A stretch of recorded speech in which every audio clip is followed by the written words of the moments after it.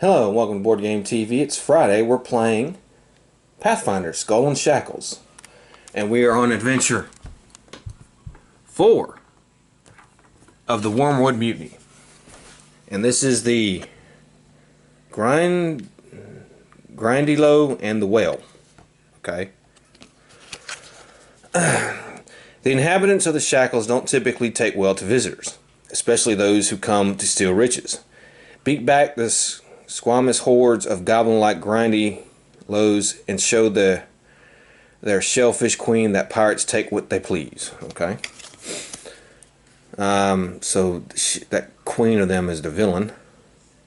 After you build the location decks, each character shuffles one random ally from her deck face down into an ally pile. When you defeat a henchman, add the top card of the ally pile to your hand. At the end of the scenario, banish the ally pile. Alright, so they're going to get taken. Okay. And we have the Riptide Cove. If you would succeed at a check to acquire a boon, reroll the dice. The boon is acquired based solely on the results of the second roll. Sea Caves. At the start of your turn, succeed at a Constitution or Fortitude 6 check or bury a card. Mangrove Swamp. During your exploration, if you defeat a Bane that has the aquatic trait, you may explore again. Hatchery.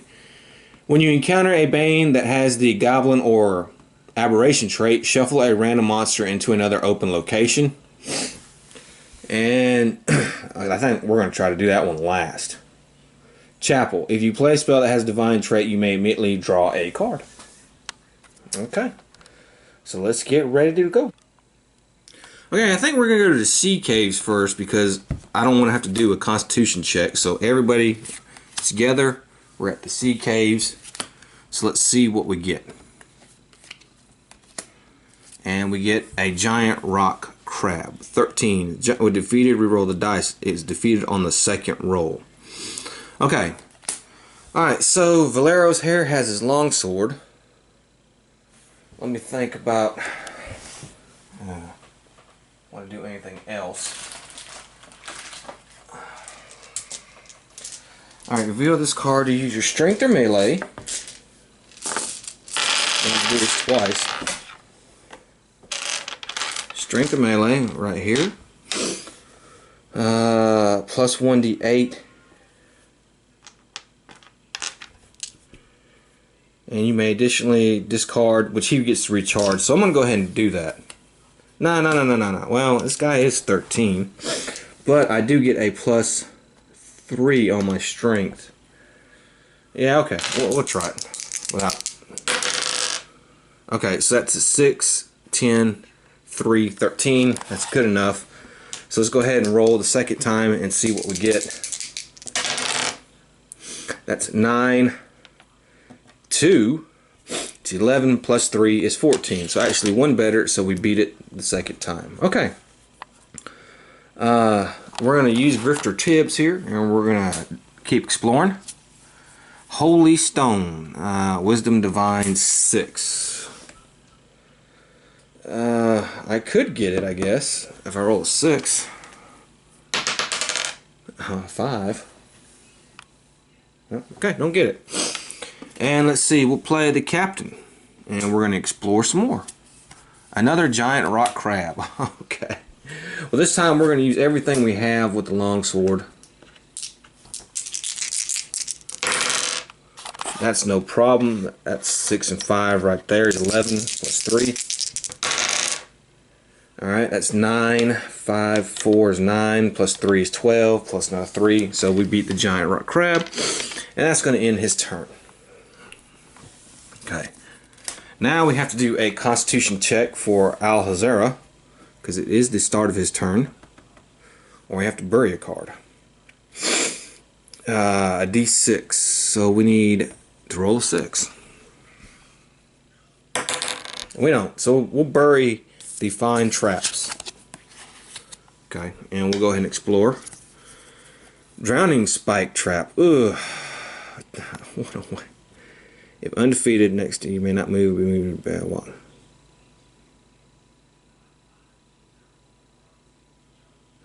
Dexterity disables 7. Alright, so my dexterity is 4 plus 1. Ah.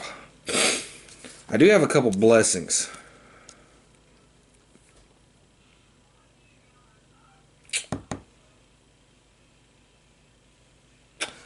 Okay, I can add 2 cards. If I use the Blessing of Mulan, I can add 2 dice to it. Any non-combat dexterity check. That's what we're going to do. Okay, 4, 5, 6, 7. Just did it, but we did do it. Okay, so let's go ahead and play our Boatswain and keep exploring. Benevolent Buckler, Constitution, Fortitude 5. Alright, we get that. And we'll play the Mastered Arms, and we'll keep going. And we have Crimson Cogward, Strength Melee 6 or Charisma Diplomacy 7. Well, I got a good Charisma Diplomacy, so... But that's not going to do it. So that's it. Okay, well that'd be the end of the turn.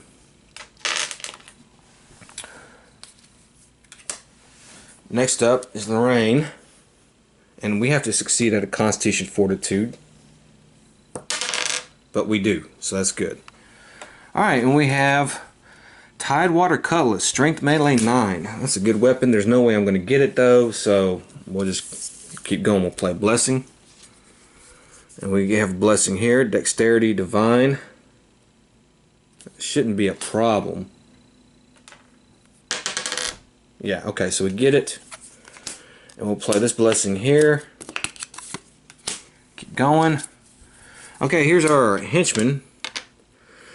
He may not be evaded. If undefeated, succeed at a Constitution or bury the top 4 cards of your deck. You may immediately attempt to close the location. Okay. So I have a couple pistols, but Valeros is here, so we're going to get a D4. And we'll try, for your combat, do my Dexterity range plus a D6. My Dexterity ranged is a D8. Should not be that hard. Okay, that's 6, 10, 11. Wow, just barely. Well, I did get a plus 4. So we beat it. So now, if defeated, you may immediately attempt to close this location. Okay. So we're going to attempt to close the location, and it says summon and defeat a random monster that has the aquatic trait. Okay. And we have this merfolk here. Alright. And let's go ahead and do the same thing with the merfolk. No problem. That's 8 right there. So we defeat that. So we have closed this location, and it has no permanent effect. Okay. And that's the end of his turn. Next turn. Alright, let's see where we want to go. Let's let's ride the boat over to the Riptide Cove. How about that? So Valeros is going to gain some cards. And let's see what we get. A giant frog, 9. A random character, so we have to do a random character. And that is Alhara. Alright, so Valeros gets to help. Jeez. And I might as well as play Blessing. I get 2 extra dice.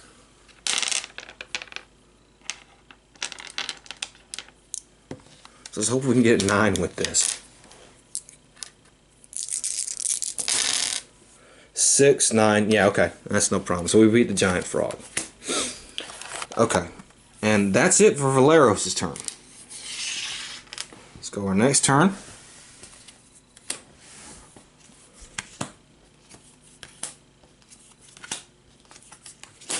Let's see what we get.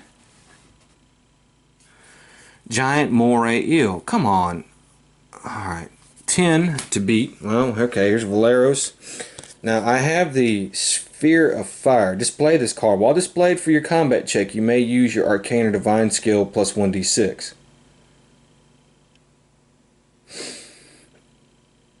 Okay. Alright, so we'll do that. My Arcane and Divine. 12 plus 1d6. Should be no problem. 7, 3, 10. Okay, so we beat it. Now I don't have to give this up till the end of the turn. So I'm going to play a blessing, and we're going to keep going. Tide Pool Dragon, Arcane Divine. Okay. Alright, we get this guy. Alright, now that's it. So let me see if I can recharge this. Yes, so I can recharge it, and that's the end of the turn. If you would succeed, acquire a boon, reroll the dice. The boon is based solely... Oh, let me see. Okay. Yeah, okay, so I got it the second time. Alright. Next up is our thief here. And he will explore. And he finds a devilfish. If any die on your check to defeat is a 2, count as a 1.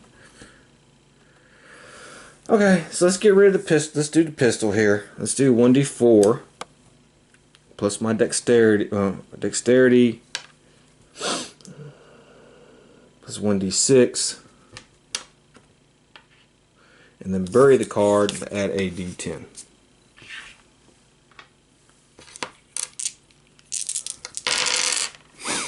Okay, actually we beat it, no problem. So we beat the devilfish. And we have to get rid of the gun. And we're going to play this blessing, and we're going to keep going. Potion of Heroism. Intelligence Craft 7. There's no way I can get that. So, there we go. And I'll play this blessing, and we're going to keep going. Alchemical Glue. Nope, can't get it. Alright, and that is going to be the end of the turn. Can't play any more cards. So, next turn coming. Alright, Valeros here is going to explore. And we find the queen. There you go. She may not be evaded. Before you act, summon and counter the villain, the whale. If you defeat the whale, the bride and her queen deals 1 acid damage to each character at your location. Okay. That's not very good. So we know we got to fight some whale. Here we go. Good thing I got plenty of weapons. Okay. The whale may not be evaded if undefeated. Okay. So first things first, let me use my cutlass. And he's only 11 to beat, so that's not too bad. Strength, melee plus 1d6.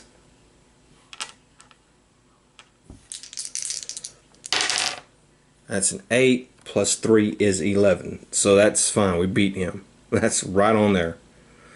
Okay. Alright, so if you defeat the whale, acid damage to each character. Alright, so everybody's got to take 1 acid damage. So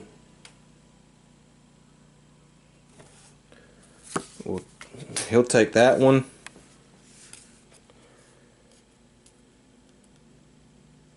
Okay, we'll recharge. He'll recharge Benevolent Buckler. And he'll get rid of the dagger. Okay. Now we gotta fight this Brian Hood Queen. Brian Brood Queen. And it's 13, so I'm gonna go ahead and discard it to add another D8, but he doesn't discard, he recharges. So 10 and 8. Okay, that's pretty good. So we defeat her. Okay, so we automatically close this location.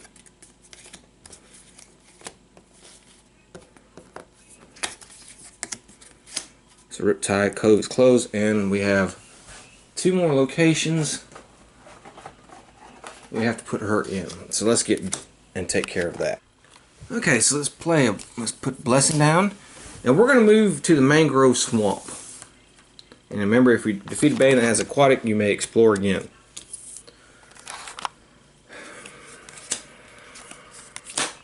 Okay, so let's go. Al-Raza and hold damage. Intelligence Craft 6. It's gonna be 7. Alright. Now I'll play Blessing. We don't want any hold damage here. Okay, we got 9, so we defeat that barrier. And that's it basically for his turn. So he's done. Okay, if you defeat a Bane that has aquatic trait. Oh, okay. Hold on, we get to explore again because that does have an aquatic trait. Okay, Goose in the Rigging. Before you act, sit as strength 6 or barrier by 3. There's no way we're beating that. You may recharge any number of allies. Add 1d4 to your check to defeat this barrier. Okay, well, I can recharge him. So that'll give me a d4. And of course my intelligence craft. Okay, actually that worked out pretty good. And that's 4 and 3 is 7. And then my intelligence is plus 2, so that's 9. So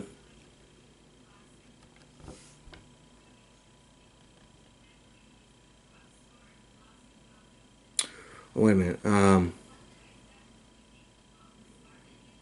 Plus 1, I'm sorry. Plus 3. 7 plus 3 is 10. I don't know why I keep messing that up because I have that and that boxed in right there with all that. See? Before you, yeah, okay. So, yeah, we just barely, but we beat it. No problem. All right. That does not have an aquatic trait, so okay. Then it'll be the next turn. I've already flipped a blessing for him. Let's give Lorraine some cards. And the next one is this thing, strength melee 10.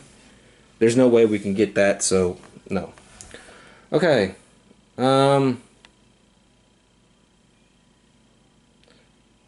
play the Carver and we'll keep exploring. Goblin peg leg, strength melee 8. Still no. And we're going to use our lookout. We're going to recharge it to just look at the top card of the deck. Let's see what comes next. Vine Choker. Okay. And that's the end of his turn. So it's Valeros' turn. And we know it's going to be the Vine Choker here. So 10. Dexterity, or you may not play spells. Well, I don't play spells. So I'll do my Cutlass plus 1, a 1d6, a 10, and basically a plus 4. 7 plus 4 is 11, so we beat the Vine Choker. But that's it. Can't do any more exploring. Next turn.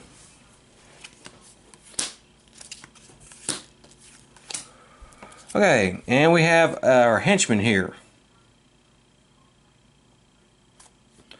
Okay.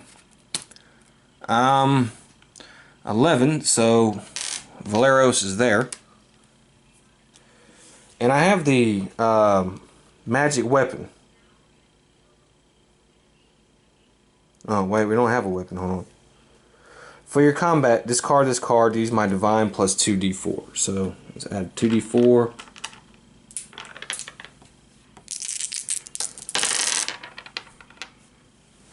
Alright, 10, 11, 12. Alright, so we beat this guy. Let's see if we can recharge the fire blade. Yes. Okay. So we have to succeed at a Constitution Fortitude check, which is a d6. I will play this blessing. And we can close this location. Okay, well, let's see, 6 and 1. Alright, 7, and we just needed a 6. So we beat it. Let's see if she was in here. She was not. She was not in there. So, this location has no effect. We'll close, and we have closed it. Okay. Let's play a blessing, and I think we're going to go to the chapel. So let's go to the chapel. If you play a spell as a divine trait, you may immediately draw a card. Of course, Lorraine will draw a couple cards. And this thing, Wisdom Survival 6. Okay, well, she got a good wisdom, but not good enough. Don't get it. Okay, we'll play the blessing. No, we won't play the blessing. We need blessings because we have to banish a card with the divine trait to close, unless the villain is there. Okay, well, that's going to be the end of his turn. It's Valeros' turn. And we get Rage. Intelligence Arcane 6. Nope, can't do it. Alright, well, that's going to be the end of his turn. Alhazara. Blessing of Sarah. Alright. Dexterity, Divine. 5. Alright, we got it. Okay, and I'll get rid of the buckler, and that'll be it for his turn. Okay, next turn. We have this thing again. This time we do get it. I'll get rid of the thieves tool. Well, yeah, I'll get rid of thieves tools. We'll keep that. But that's the end of that turn. Okay, Valeros will come again. He'll go. Holy Stone, Wisdom Divine 6. I gotta roll 6. Don't. Okay, the end of his turn. Next up is the Chapel Obscure. Alright, I can get this spell. And it is a divine, so I think what we'll do is we'll play a blessing and we're going to keep going. And we have another blessing here. We get it. And you know what? We're going to play it. And we're going to keep going. And I have another blessing.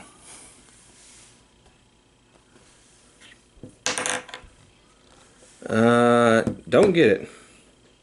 I rolled such crappy 2. Okay, well that's the end of that turn.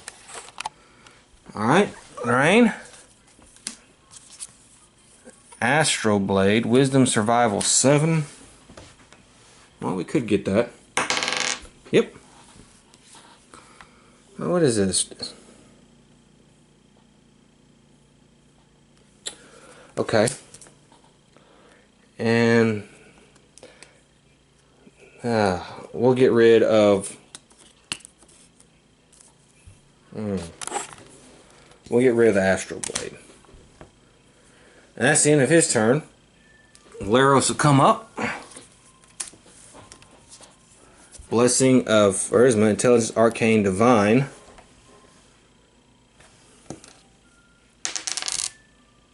4 plus 1 is 5, so I do get it.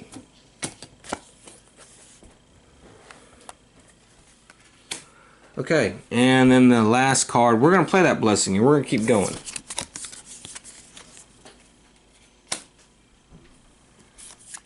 And here we go. Alright, so we got our cutlass, our rapier. Let's do 1d10, 1d6. 9 and 5, definitely beat it, no problem. But I don't have a divine card to do anything with, so we got to go one more turn here, even though there's nothing there. And then Alharaza will banish this divine card to close this location down. Okay. Ah. Oh, you know what? We've defeated some henchmen here, so I forget. We get the allies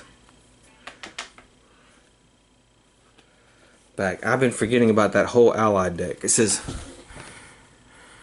when you defeat a henchman at the end of the scenario. Okay, yeah, so we've beaten all the henchmen. I forgot who I should give these to. Who's beating the henchmen?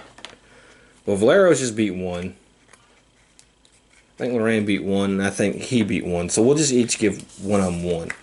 How about that?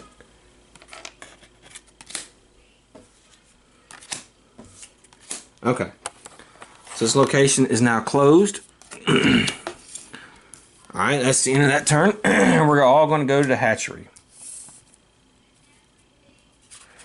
Now, we won't have to do this because it says when you encounter a Bane that has a Goblin or Aberration trait, shuffle a random monster into another open location. There is no more open locations, so we don't have to do that. Okay, and we have Bloodbug. Okay, 9 for combat. We're going to use our pistol. It's a 1d6 plus 4 because Valeros is there, and my dexterity ranged. 8, yeah, 12, no problem. We beat it. Alright, and then we'll play a blessing, and we're going to keep going. And we have the pepper box. And I don't get it. Okay, that's fine. Alright, that's the end of his turn. It's Valeros' turn. Alright, and we have our henchman. Alright, so it looks like we're going to have 3 fights here. Alright, first thing to do is I'm going to use my cutlass.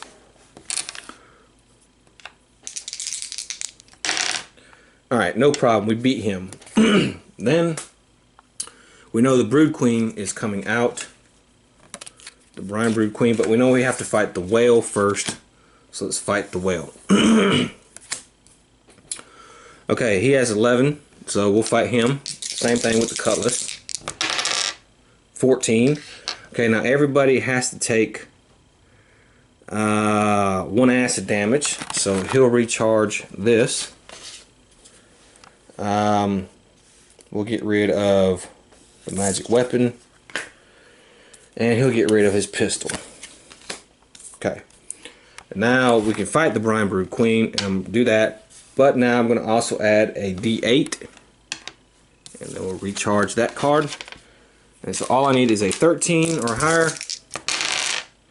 And I have 8, 7, 3, yeah, 10, 18. We defeat the Brine Brood Queen. Alright, so we won this scenario. Let's see what we get. Loot.